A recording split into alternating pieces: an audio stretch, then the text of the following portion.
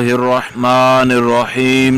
अस्सलामु अलैकुम वरहमतुल्लाहि वबरकातुहू।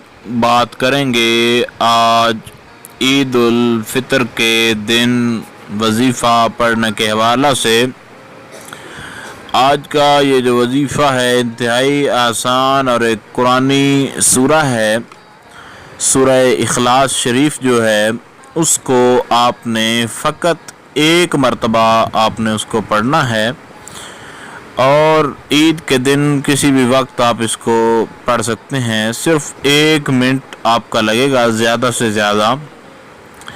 एक मरतबा सूरह इखलास शरीफ और अव्वल आखिर जो है 11 बार आपने दुरूद शरीफ पढ़ना है। जो भी दुरूद शरीफ आपको आसानी के साथ याद हो, और उसके बाद जब आप अव्वल आखिर दुरूद शरीफ के साथ सूरह इखलास मुकम्मल कर लें तो दुआ मांगने से पहले 3 बार या हलीमो या हलीमो या हलीमो ये पढ़कर आप दुआ मांगें। इंशाअल्लाह ताला जिस मकसद के लिए जो भी मुश्किल हुई ईद के दिन के सदका से, अल्लाह रब्बुल जलाल आपके उस मकसद में आपको कामयाबी अता फरमाएगा और जो भी आपकी मुश्किल हुई वो इस बाबरकत और मुक़द्दस सूरह मुबारका की बरकत से इंशाअल्लाह अज़ीज़ आपकी मुश्किल भी जो है वो हल हो जाएगी।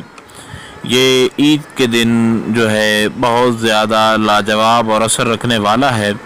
दुआ मांगने से पहले 3 बार या हलीमो जो है इसको पढ़ना ना भूलें, तो इंशाअल्लाह ताला आपका जो भी मसला हुआ वो ज़रूर हल हो जाएगा। उम्मीद की जा सकती है मुख्तसर तरीन अल्फाज के अंदर जो गाइडलाइन आपको बताई गई है उसकी आपको समझ आ गई होगी।